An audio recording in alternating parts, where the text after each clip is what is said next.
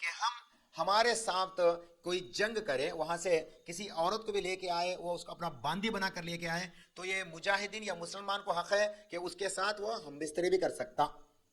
اب آپ کو یہاں پہ اٹکتا یہ بات، اور غیر مسلمان اس کے اوپر ٹوٹ پڑتے ہیں، اس کے ساتھ ایسا کیسا ہوتا بول کے اسلام میں اس کا شرط بتایا جاتا ہے۔ دیکھیے، ایک، آزاد عورتوں کے ساتھ نکاح ہی کیا جا سکتا، اس کو بندی بنا کر نہیں رکھا سکتا۔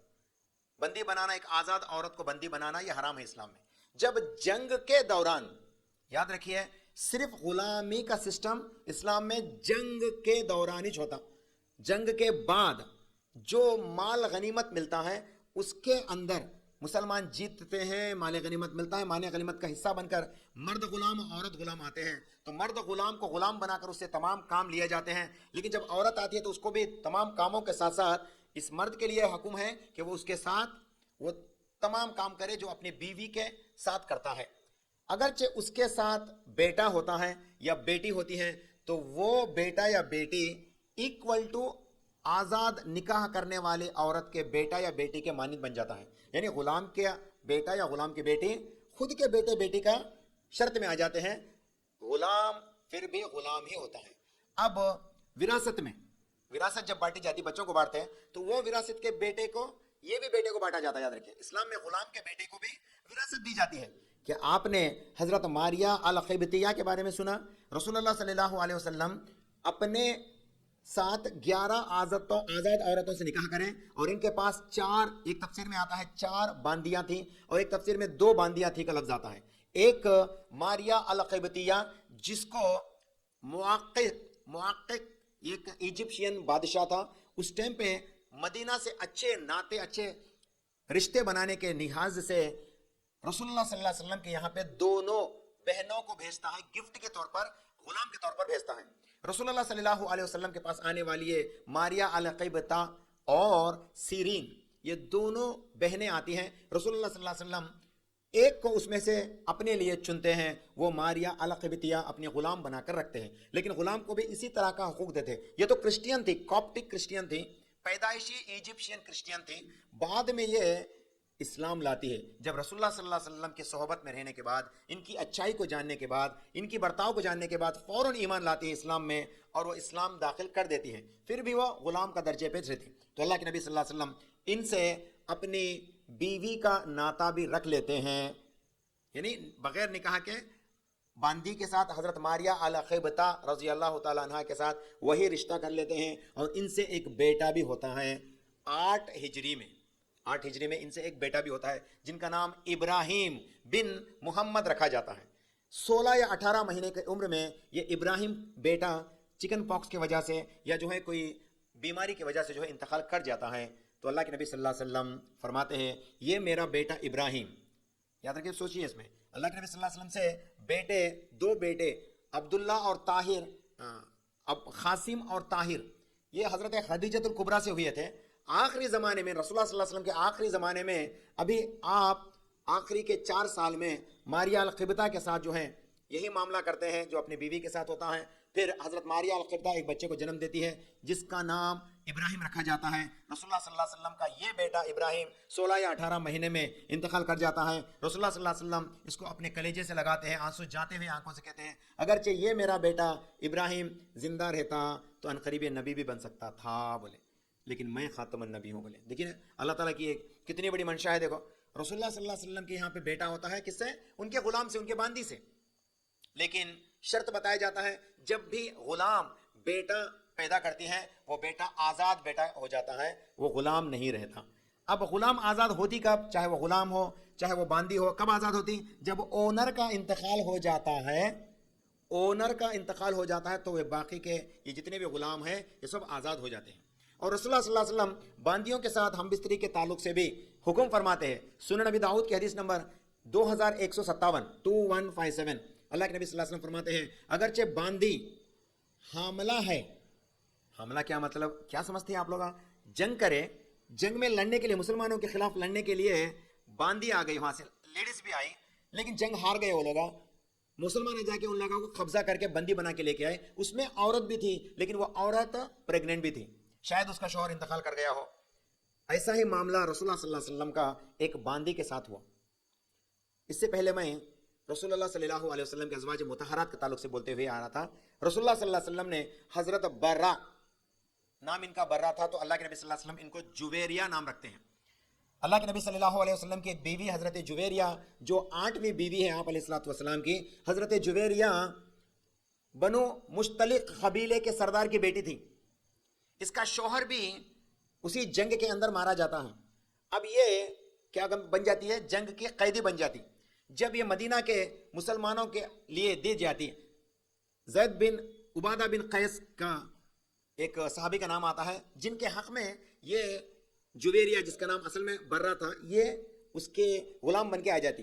تو صحابہ کے ایک غلام بننے کے آنے کے بعد وہ یہ فیصلہ کرتی ہے. غلام جا کے کہتی، میں تیرے ساتھ غلامی میں نہیں رہنا چاہتی، میں ایک سردار کی بیٹی ہوں، مجھے آزاد کرنے کے لیے تو کتنا رقم پوچھتا ہے، پوچھ بولتی. تو وہ بولتا ہے کہ ہاں اتنا رقم ادا کر دیں تو آزاد کر دے تم بولتا. تو یہ عورت بھی جاتے جاتے رسول اللہ صلی اللہ علیہ وسلم کے پاس جاتی، کہتی کہ میں فلانا قبیلے کے سردار کی بیٹی ہوں، مجھے آپ لوگوں نے بندی بنا کر لایا، تو آپ مجھ سے تھوڑا سا صدقہ دیجئے، تھوڑا سا پیسہ دیجئے تاکہ میں آزاد ہو سکوں بول کے بولتی. تو رسول اللہ صلی اللہ علیہ وسلم اس کے سامنے اور ایک اچھا پروپوزل رکھتے، کیا تجھے یہ پسند ہے کہ اس سے بھی بہتر چیز اگرچہ میں کچھ دوں؟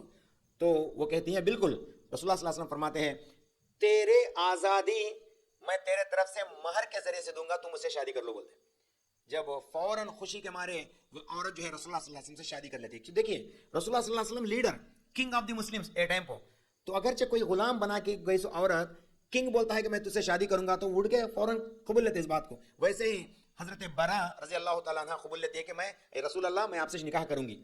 تو نکاح کے بدلے میں جو مہر دیا جاتا ہے وہی مہر ثابت بن قیس کو دیا جاتا ہے ان کو آزاد کرنے کے لیے. تو اس طرح سے مہر کے بدلے میں ان کو آزادی دی گئی اور وہ آزاد عورت سے رسول اللہ صلی اللہ علیہ وسلم نکاح کرتے اور ان کا نام زویریہ بول کے رکھتے، زویریہ بن حارث. زویریہ بن حارث ان کا نام. یہ رسول اللہ صلی اللہ علیہ وسلم کی بیوی شمار بن گئی. دیکھیں نا ایک صدر رسول اللہ صلی اللہ علیہ وسلم کئی کچھ نکاح کرے. اس سے یہ بات سنتے ہی اس کا باپ یعنی وہ قبیلے کا باپ اسلام لا ڈالتا ہے. فوراً جب یہ لیڈر اسلام لایا تو تقریباً 700 لوگ اس کے قبیلے کے سب جنے مسلمان بن گئے. تو یہ ایک ڈپلومیٹک ریزن تھا. ایک نبی صلی اللہ علیہ وسلم چاہتے تھے کہ اسلام کو جلدی پھیلائیں، تو اس نسبت سے آپ علیہ الصلوۃ والسلام نے ان سے نکاح کیا اور اس کے بدلے میں جو ہے مہر کے بدلے میں یہ مہر کا جو بھی رقم ہے اس کی آزادی بن کے نکل گئی. تو رسول اللہ صلی اللہ علیہ وسلم کے بیوی بن کے آنے والی ایک غلام ہی تھی. اسی طرح سے دوسرا حضرت صفیہ بنت ہوئے رضی اللہ تعالیٰ عنہ کے تعلق سے بات آتی ہے. جب جنگ خیبر ہوا تھا، جنگ خیبر اسلام کا مشہور جنگ ہے. جنگ خیبر جب ہوا تو اللہ کے نبی صلی اللہ علیہ وسلم اور ان کے ساتھیاں سب جا کے جو ہے یہودیوں کو ہرا دیتے ہیں، شکست دے دیتے ہیں اور یہودیوں کے کئیوں کو جو ہے بندی بنا کر لاتے ہیں. پھر یہی معاملہ حضرت صفیہ کے تعلق سے ہوتا ہے. حضرت صفیہ کے بدلے میں 7 غلاموں کو رسول اللہ صلی اللہ علیہ وسلم کے قبضے میں 7 الگ غلام رہتے ہیں. دوسرے دہیہ قلبی کے حصے میں جو ہے حضرت صفیہ چلے جاتے. نبی صلی اللہ علیہ وسلم حضرت صفیہ فلانا قبیلے کے لیڈر کی بیٹی ہے بول کے جاننے کے بعد دہیہ قلبی کے پاس جاتے ہیں. تم اگر تمہاری وہ غلام کو مجھے دے دیا تو میں 7 غلام اس کے بدلے میں دوں گا بول کے 7 غلاموں کو دے کر دہیہ قلبی سے جو ہے وہ عورت کو لے کے آتے ہیں اور صفیہ اور ان سے نکاح کر لیتے ہیں. یہ یہودی عورت تھی. پھر انہوں نے اسلام لایا، رسول اللہ صلی اللہ علیہ وسلم کے گھرانے کا حصہ بن گیا. تو نبی صلی اللہ علیہ وسلم کے زمانے میں بھی غلام تھے. حضرت ریحانہ رضی اللہ تعالیٰ عنہ کا بات آتا ہے. حضرت ریحانہ بھی ایک جنگ کی قیدی بن کے آتی ہیں. رسول اللہ صلی اللہ علیہ وسلم ان کے ساتھ وہی معاملہ کرتے ہیں جو ان کے بیویوں کے ساتھ معاملہ رکھتے تھے. تو اس طرح سے نبی صلی اللہ علیہ وسلم کی صحبت میں بھی کئی سارے غلام بھی تھے جن سے آپ نے نبی صلی اللہ علیہ وسلم نے ان کے بیویوں کے ساتھ جو معاملہ تھا وہی معاملہ ان کے ساتھ بھی رکھے تھے. اور ان میں سے حضرت ماریہ القبطہ کو صرف بیٹا ہوا. تو دیکھیں غلام کا سسٹم اس وقت جائز تھا. بعد میں اس کو کیا کیا گیا؟ ڈائلیوٹ کیا گیا. آہستہ آہستہ تم اگرچہ گناہ کرو تو غلام آزاد کرو، تمہاری گناہ جو ہے مٹ جائیں گے. تم اگرچہ غلام آزاد کرتے تو گناہ مٹ جائیں گے. یہ کہتے ہوئے تمام غلاموں کو آہستہ آہستہ آہستہ چھوڑ دیا گیا. اور رسول اللہ صلی اللہ علیہ وسلم ہمیشہ یہی بات کیا کرتے تھے، کوئی بھی آزاد لوگوں کو تم قبضہ مت کرو، تم کبھی بھی آزاد عورتوں کو بندی مت بناؤ. اور بالخصوص صحیح بخاری کی حدیث نمبر 2227 نبی کریم صلی اللہ علیہ وسلم فرماتے ہیں، حدیث قدسی ہے، اللہ سبحانہ و تعالیٰ فرماتا ہے، اللہ سبحانہ و تعالیٰ یوم آخرت کے دن، قیامت کے دن، یوم جزا کے دن اس شخص سے لڑے گا جو شخص آزاد انسان کو بندی بناتا ہے. تو دیکھیں آزاد انسان کو بندی بنانا سب سے بڑا جرم ہے، یاد رکھیں. لیکن غلام اپنے ساتھ رکھ سکتے ہیں. اور آج بھی یہ سسٹم, غلام کا سسٹم آج بھی ہمارے پاس ہے. لیکن یہ کس کے لیے کمپیئر کریں گے, غلامی کا سسٹم کمپیئر کریں گے, دنیا کے سسٹم کو کمپیئر کریں گے, تو دنیا میں غلام کے کوئی حقوق نہیں, لیکن اسلام میں غلام کے پورے حقوق دیے گئے. کیپٹیو بنا کر جس کو لاتے, قیدی بنا کر جس کو لاتے. آج ہمیں ہندوستان کو جو ہے رول کرنے والا, ہندوستان پر حکومت کرنے والا قطب الدین ایبک کو بھی جو ہے یہ غلام کا بیٹا ہی کہا جاتا ہے, یاد رکھیں. تو غلام اسلام میں ہے, لیکن اس کو وہ تمام حقوق دیے جائیں گے جو حقوق ایک عام صحابی کو, ایک عام ساتھی کو ملتے تھے. وہ کنگ بھی بن سکتا, وہ لیڈر بھی بن سکتا, وہ راجہ بھی بن سکتا, وہ ایک عالم بھی بن سکتا, ایک مفسر بھی بن سکتا, ایک محدث بھی بن سکتا غلام, لیکن وہ یہ تمام کام کر سکتا. کمپیئر کریے غلام کے سسٹم جو عام پریزنرز آف وار کا جو سسٹم ہے اسے کمپیئر کریے آپ, یہ بالکل مختلف رہیں گا, آپ کو پتا چلیں گا. اور دیگر کئی سارے غیر مسلمان بھی اسلام کو اسٹڈی کرنے کے بعد یہی بات کریں, اسلام غلامی کو بڑھانے کے لیے نہیں بلکہ غلامی کو ختم کرنے کے لیے آیا سو دین ہے بول کے کئی سارے اچھے اچھے ٹیلنٹڈ لوگ دنیا میں اپنے کنٹیکسٹ کو لے لکھتے ہیں. اسلام ہمیشہ غلامی کو مٹانے کی طرف لوگوں کو ابھارتا ہے. کیا آج اسلامک غلام ہے؟ نہیں ہے. یاد رکھیں, آج کوئی جا کے کسی جگہ پہ جا کے جنگ کر کے وہاں کے لوگوں کو بندی بنا کے لائیں گے بولے تو ہرگز اسلام میں جائز نہیں ہے. لیکن کون سا جنگ؟ جو عیسیٰ ابن مریم کے ساتھ جو جنگ ہوتا, اس ٹائم پہ عیسیٰ ابن مریم مسلمان اور ان کے ساتھیاں مسلمان بن کے رہیں گے, حکومت اسلام کا رہیں گا. جب غیر مسلمان جب عیسیٰ ابن مریم کے ساتھ جنگ کریں گے تو وہاں پہ جن کو یہ کیپچر کیا جائے گا, جن کو قیدی بنایا جائے گا, ان کے لیے یہ سسٹم ابھی تک باقی ہے. یہ کہنا کئی سارے مفسرین کا, کئی سارے محدثوں کی لفظ ہے. تو بہرحال اسلام کے اندر غلام کے کئی سارے حقوق کو بیان کیے جاتے ہیں. ساتھ ہی ساتھ قرآن کے اندر, حدیث کے اندر, روایتوں کے اندر اور نبی کریم صلی اللہ علیہ وسلم کے صحابہ کی زندگی کا طرز عمل بھی دیکھیے. غلام کو آزاد کرنے کے لیے ہے نا ایک بات بتایا گیا, چاہے وہ نشے میں رہو, غیر نشے میں رہو, کہتا ہے تو آزاد آج سے بول کے منہ سے ایک بات بول دیا, سمجھو ابھی وہ غلام آزاد, ابھی وہ غلام نہیں, آزاد دیتا ہوں. ہاں نہیں میں کیا بولنا چاہتا تھا, میں کیا بول ڈالیں بول کے کیا لٹ کیا تمہیں, اسے پھر واپس دیتے نہیں, وہ غلام آزاد. جیسا طلاق کا مسئلہ ہے نا اسلام میں, میں تجھے طلاق دیتا ہوں بول کے بولا تو ختم نہیں, اسی طرح سے غلام کا بھی معاملہ وہی ہے. اگرچہ میں تجھے آزاد کر دیا بولے تو وہ بھی ختم.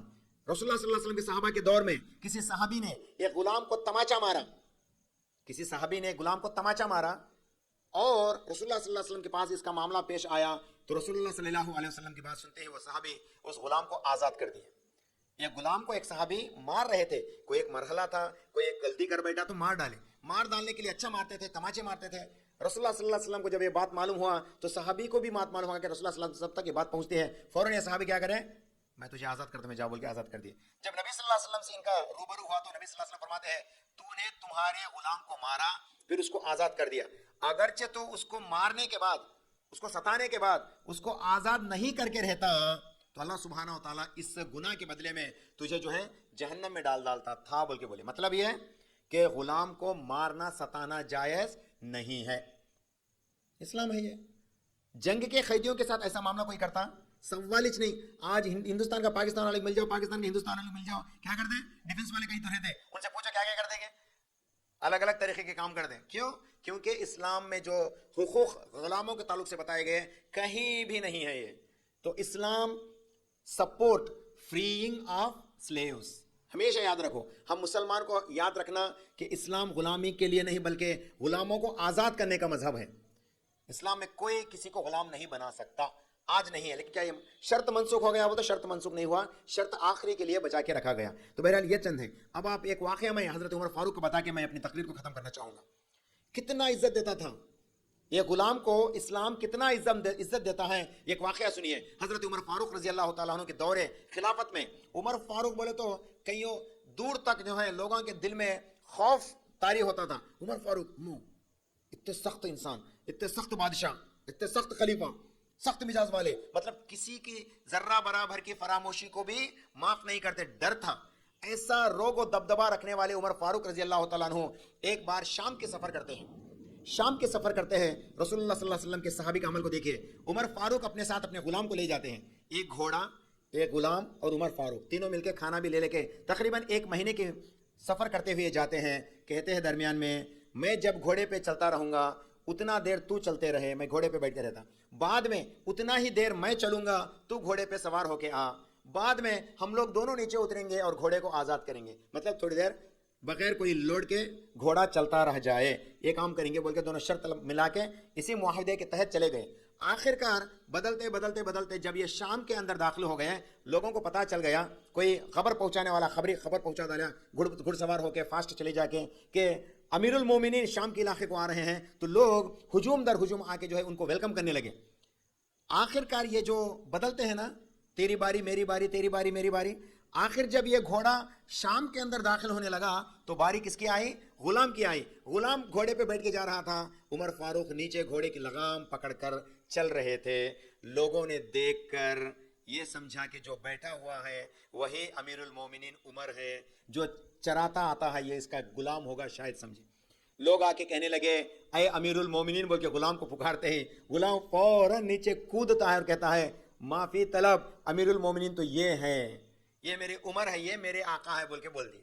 یہ بات جان کر کئیوں نے اسلام کی سادگی کو پسند کیا, اسلام کی سمپلسٹی کو پسند کیا. عمر فاروق جو لوگ دور دور تک رونگ و دبدبا رکھنے والے عمر فاروق کے اس واقعے کو آنکھوں سے دیکھ کر کئیوں کے دل موم کی طرح پگھل گئے اور وہ اسلام میں داخل ہو گئے. یاد رکھیے, مطلب ہمارے اعمال سے بھی لوگوں کے دلوں کو ہم جیت سکتے ہیں اسلام کو پھیلانے کے لیے. یہ عمر فاروق تھے, ان کا یہ انصاف کا معاملہ تھا. یاد رکھیے, اپنے غلام کے ساتھ بھی اسی طرح کے برتاؤ رکھتے تھے عمر فاروق رضی اللہ تعالیٰ عنہ.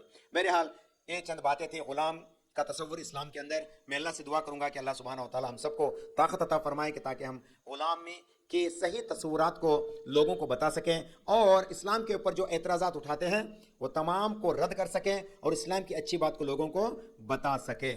میں اللہ سے دعا کروں گا کہ اللہ تعالیٰ ہم سب کو کہنے سننے سے زیادہ عمل کرنے کی توفیق عطا فرمائے. اقول قولی ھذا استغفر اللہ لی ولکم ولسائر المسلمین, آمین ثم آمین, وآخر دعوانا الحمد للہ رب العالمین, والسلام علیکم ورحمۃ اللہ وبرکاتہ.